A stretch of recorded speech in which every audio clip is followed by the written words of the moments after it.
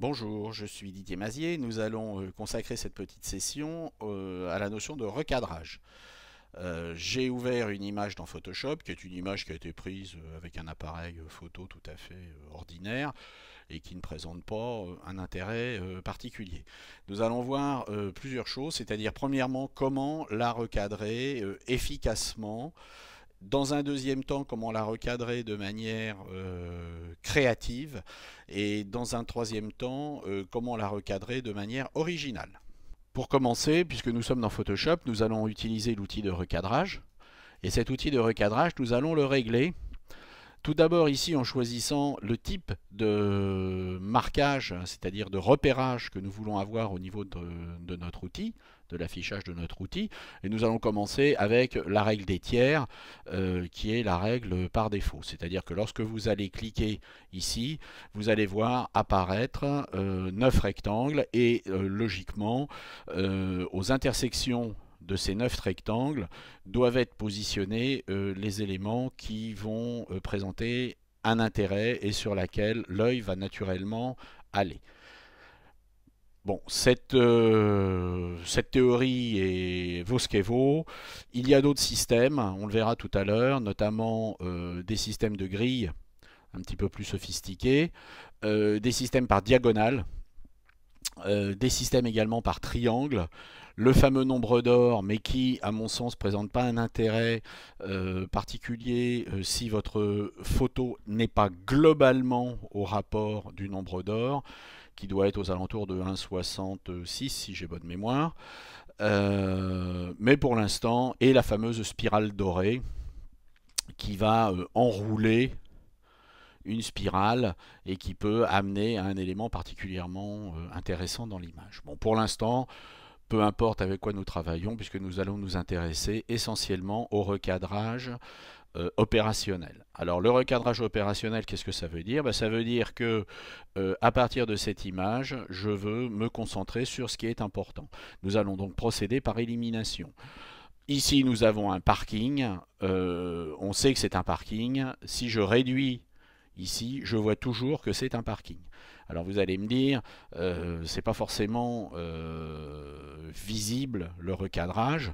Pour le rendre plus visible, vous pouvez ici changer l'opacité, changer également la couleur. C'est-à-dire vous pouvez dire, je souhaite que mon recadrage soit fait avec du noir ou avec du blanc si vous préférez. Et je choisis une opacité de 100%.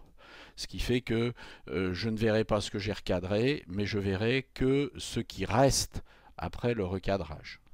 D'accord? Donc ici, vous voyez que qu'est-ce qu'on fait? On réduit le parking. Alors si je veux voir les traces, les marques ici, je peux en voir une, je peux en voir deux. Je peux présupposer que si j'en vois une, j'en ai vu autant qu'il peut y en avoir. Et donc vous voyez, là j'ai fait un recadrage qui est un recadrage opérationnel. Alors de la même manière, on peut dire à gauche, on a un palmier, on a ici une amorce de palmier. Est-ce qu'il est nécessaire d'avoir le petit palmier en rab? À droite, on a une étendue de mer, on sait que c'est la mer. Est-ce qu'il est nécessaire d'avoir la totalité de la mer? Et puis en haut, on sait que c'est du ciel, donc on peut très bien recadrer le ciel. Et vous voyez ici, on a fait un recadrage qui est un recadrage opérationnel sur l'image. C'est-à-dire que par rapport à notre image originale, on va revenir à 100%, on va revenir à... Voilà, on va renier notre image. Voilà. Ici, vous aviez une image avant et après. L'image apparemment n'a pas changé, simplement vous avez quelque chose qui est beaucoup plus concentré et beaucoup plus fort. Dans le même espace, on pourra mettre donc notre image de manière plus agrandie. En ce qui concerne le recadrage créatif, là je suis reparti de l'image de départ, il faut essayer des choses originales. Donc vous allez pouvoir recadrer de manière originale afin de vous dire on a supprimé le parking, mais est-ce que finalement ça ne serait pas le parking qui serait le plus intéressant? Et là vous apercevez que pas du tout. Le parking ne présente aucun intérêt. Est-ce que ça ne serait pas ces panneaux qui seraient plus intéressants? auquel cas on pourrait envisager quelque chose qui serait panoramique. Et ben, on a ici trop de vertical, donc on s'aperçoit que ici quelque chose ne va pas fonctionner sur cet axe-là. Alors on va essayer ensuite d'autres méthodes. Est-ce que on ne peut pas se concentrer sur un élément particulier et obtenir une image qui va être une image qui peut être originale? Vous voyez ici j'ai recadré mon image, j'ai quelque chose qui peut être utilisé en latéral sur une mise en page et qui pourra éventuellement être très intéressante. On peut donc envisager toutes sortes d'expériences sur l'isolation de certains éléments. Par exemple, 3 palmiers et 2 panneaux. Alors évidemment, on peut également supprimer ce parking qui ne présente pas forcément d'intérêt. Mais là, on peut effectivement avoir des choses qui peuvent présenter un intérêt. Vous voyez, on a un cadrage ici qui est un cadrage carré qui est différent. Donc en utilisant ces différents cadrages, on va pouvoir exercer notre créativité. Et puis il y a des choses qu'on ne voit pas forcément dans une image si notre œil n'est pas bien exercé. Et là, pour le coup, les outils qui sont livrés avec Photoshop, en particulier dans cette version CS6, sont particulièrement intéressants. Par exemple, si vous vous intéressez à cette fameuse spirale dorée, et qu'on regarde un petit peu ce qui se passe, on s'aperçoit que si je resserre par exemple mon image, je vais faire arriver ma spirale sur un élément ici qui va être un élément particulièrement intéressant. Et cet élément intéressant, bah, c'est quoi? C'est le panneau pour les handicapés. Et je peux m'apercevoir que je vais obtenir,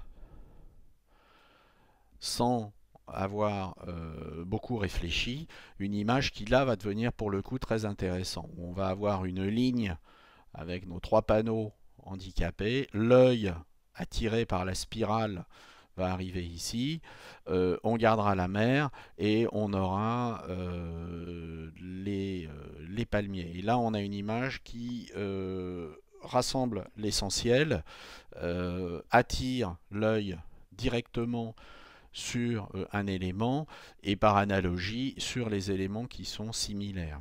Après recadrage, il reste un petit souci, c'est que la mer ici n'est pas horizontale. Donc nous allons désincliner, et cet outil est particulièrement utile, nous allons cliquer ici et tracer une ligne sur ce que nous souhaitons être la ligne d'horizon, et nous allons avoir un redressement de l'image qui va s'effectuer.